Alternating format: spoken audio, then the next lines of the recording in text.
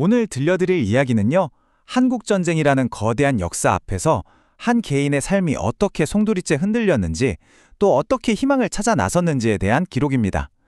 영희 씨라는 한 여성의 삶을 통해 우리는 한민족의 아픔을 함께 들여다보게 될 겁니다. 자, 그럼 시작해볼까요? 때는 1950년 6월, 평안북도 철산의 아주 평화로운 아침이었어요. 어린 동생 동철이가 누나를 보며 이렇게 천진난만하게 외쳤죠. 이 한마디가 바로 끔찍한 비극이 닥치기 직전, 가족이 함께했던 마지막 행복의 순간을 담고 있습니다. 이 평화가 불과 몇 시간 뒤에 산산조각 날 거라고는 아무도 상상하지 못했죠. 1950년 6월 25일, 바로 이날 모든 것이 변했습니다. 평화롭던 일상은 정말 단 하루 만에 와르르 무너져 내렸어요. 라디오에서 흘러나온 전쟁이라는 단어, 그 단어 하나가 영희 씨의 세상, 그리고 한반도 전체의 운명을 영원히 바꿔놓게 됩니다. 자, 그럼 첫 번째 이야기로 들어가 볼 텐데요. 전쟁은 모든 걸 그야말로 혼돈 속으로 밀어넣었죠. 평범했던 한 가족이 어떻게 뿔뿔이 흩어지게 되었는지, 비극이 시작된 바로 그날로 함께 들어가 보겠습니다. 이 타임라인을 한번 보세요. 정말 믿기지 않을 정도로 순식간에 모든 게 무너져 내립니다. 불과 몇 시간 전만 해도 다 같이 감자를 캐며 웃던 가족이 해가 지기도 전에 서로의 생사조차 알 수 없게 흩어져 버린 거죠. 그야말로 속수무책이었습니다. 바로 이 순간이었어요. 모든 운명이 갈린 순간이요. 피난길 아수라장 속에서 어린 동생 동철이가 그만 집신 한 짝을 떨어뜨린 거예요. 영희 씨가 그걸 주우려고 잠시 허리를 숙인 그 찰나, 부모님과 동생은 이미 인파에 휩쓸려 사라져버렸습니다. 정말 사소하잖아요. 집신 한 짝. 근데 그게 영원한 이별의 시작이 될 줄 누가 알았겠어요. 가족과 헤어지고 이제 정말 혼자 남게 된 영희 씨. 낯선 땅 부산에서 과연 어떻게 살아남았을까요? 절망을 딛고 자신의 삶을 다시 일으켜 세우는 그 과정을 한번 따라가 보겠습니다. 이 대비가 정말 가슴 아프지 않나요? 어제까지만 해도 따뜻한 집에서 사랑받던 딸이었는데 하루아침에 낯선 도시의 거리에서 구두를 닦아야만 먹고 살 수 있는 신세가 된 겁니다. 전쟁이 한 개인의 삶을 얼마나 처참하게 바꾸어 놓을 수 있는지 극명하게 보여주는 대목이죠. 하지만 여러분, 이런 절망 속에서도 희망은 피어나는 법이죠. 정말 하루하루를 버티던 영희 씨에게 한 사람의 작은 친절이 찾아옵니다. 국밥집 주인이 내민 이 따뜻한 마음 하나가 그녀의 인생 항로를 완전히 바꿔놓았어요. 결국엔 그녀 자신이 다른 사람들에게 온기를 나눠주는 그런 공동체의 중심이 되게 만들었으니까요. 그러니까 이게 핵심인 거예요.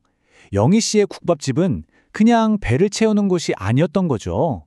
뭐랄까, 전쟁의 아픔을 가진 사람들이 모여서 서로의 사연에 귀 기울여주고 또 위로받는 새로운 의미의 가족 같은 그런 공간이 된 겁니다. 자, 이제 이야기의 클라이맥스로 가보겠습니다. 전쟁이 끝나고 수십 년이 흐른 뒤에 정말 아무도 상상하지 못했던 방식으로 기적이 찾아옵니다. 1983년입니다. 영희 씨가 가족과 헤어진 지 무려 33년이라는 세월이 흐른 해죠. 와, 33년. 정말 강산이 3번은 좋게 바뀌었을 그런 시간입니다.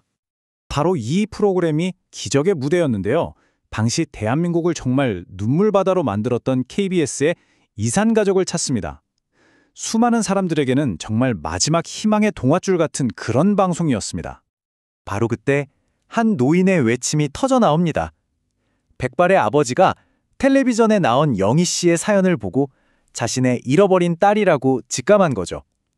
수십 년을 애타게 찾아 헤맸던 아버지가 바로 거기에 있었던 겁니다. 근데 여기서 한번 생각해 보세요. 33년입니다. 세월이 그렇게나 흘렀는데 서로 얼굴도 목소리도 다 변했을 거 아니에요.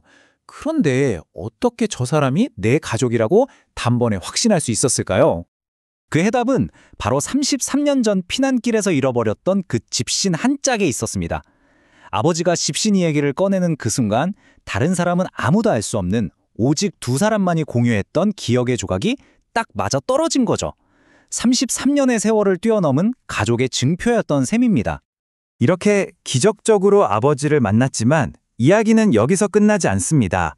이 감격적인 재회 뒤에 숨겨진 또 다른 안타까운 현실, 그리고 이 이야기가 오늘 우리에게 던지는 메시지는 무엇인지 마지막으로 짚어보겠습니다. 아버지를 찾았다는 기쁨도 잠시였죠. 어머니와 동생, 동철이는 아직 저 분단의 벽 넘어 북쪽에 있다는 너무나 가슴 아픈 소식을 듣게 된 거예요. 특히 동생이 그 집신 한 짝을 33년 동안이나 간직하면서 누나를 기다렸다는 이야기는 정말 이 재회가 온전한 해피엔딩이 아니라는 현실을 너무나 명확하게 보여주죠. 바로 이 지점이 이 이야기가 우리에게 주는 가장 큰 울림이 아닐까 싶습니다.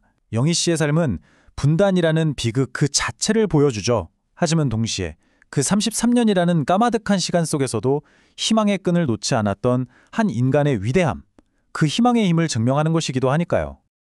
영희 씨의 개인의 이야기는 아버지를 만나면서 한 페이지를 넘겼습니다.